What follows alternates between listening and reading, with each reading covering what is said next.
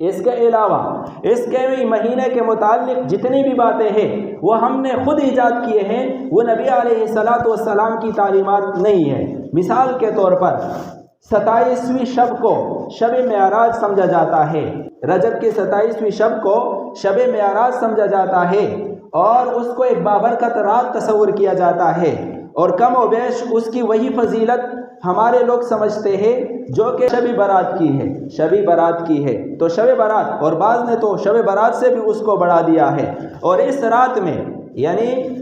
رجب کے 27ویں شب میں طرح طرح کی عبادتیں لوگوں نے ایجاد کی ہے۔ اس رات میں مختلف نوافل پڑھتے ہیں مخصوص، اور مخصوص عبادات کرتے ہیں، اور وہ شریعت کا اس کو حصہ سمجھتے ہیں کہ بھائی یہ بڑا عمدہ طریقہ ہے، شریعت کا بہت اچھے احکامات ہیں، اس رات میں فضیلتیں ہیں، ہم نوافل پڑھیں گے ثواب ملے گا، یہ ہوگا وہ ہوگا۔ تو 27ویں شب کو، رجب کے 27ویں شب کو مخصوص عبادت کرنا، یا اس شب کو بابرکت سمجھنا، اس میں ایک خاص فضیلت سمجھنا، یہ ایجاد بندہ ہے، بندوں نے، ہم نے اپنی طرف سے یہ چیز بنائی ہے۔ نبی علیہ الصلوۃ والسلام سے، شریعت سے رجب کے 27ویں شب کی کوئی فضیلت ثابت نہیں ہے۔ پہلی بات تو یہ ہے کہ نبی علیہ الصلوۃ والسلام کو معراج کب ہوا تھا؟ لوگ جو اس کو فضیلت والی رات سمجھتے ہیں وہ اس وجہ سے کہ اس میں نبی علیہ الصلوۃ والسلام کو معراج ہوا تھا۔ پہلی بات تو یہ ہے کہ نبی علیہ الصلوۃ والسلام کو معراج کب ہوا تھا؟ وہ 27ویں رجب ہی کو ہوا تھا یا کوئی اور مہینہ تھا؟ تو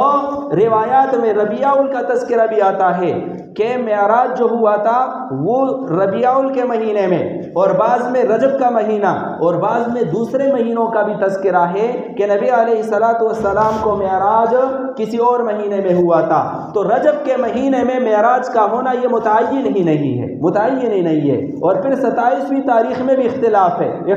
ہے۔ تو اس وجہ سے اس شب کو شب معراج سمجھ کر بابرکت اور فضیلت والا سمجھنا یہ غلط ہے۔ اگر نبی علیہ الصلوۃ والسلام کو معراج اس رجب کے 27ویں تاریخ ہی کو ہوا ہو، مان لیتے ہیں ہوا ہو،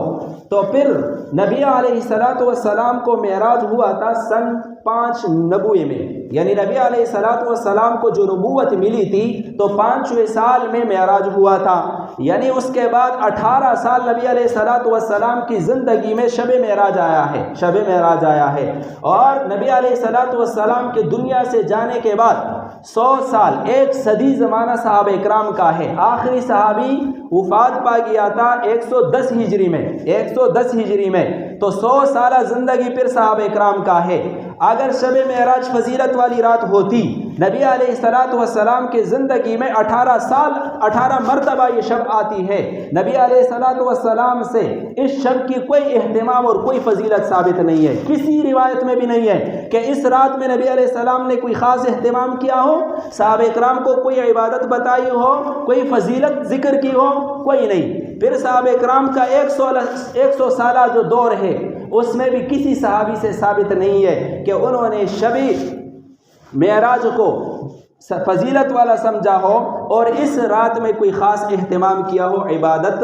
کا۔ تو پتہ چلا کہ شب معراج اگرچہ ہم مان بھی لیں کہ 27ویں شب ہی کو نبی علیہ الصلوۃ والسلام کو معراج ہوا تھا، تو تب بھی اس سے اس شب کا فضیلت والا ہونا ثابت نہیں ہوتا۔ تو پہلی بات تو یہ ہو گئی کہ 27ویں شب کو، رجب کے 27ویں شب کو بابرکت اور فضیلت والا مان کر اس میں کسی خاص عبادت کا اہتمام کرنا یہ غلط ہے، اور یہ محدثات الامور میں سے ہے، یہ بدعات میں سے ہے، ہماری ایجاد میں سے ہے، شریعت کا حکم نہیں ہے۔ تو ہم اس سے بچیں گے، اس رات میں کوئی خاص عبادت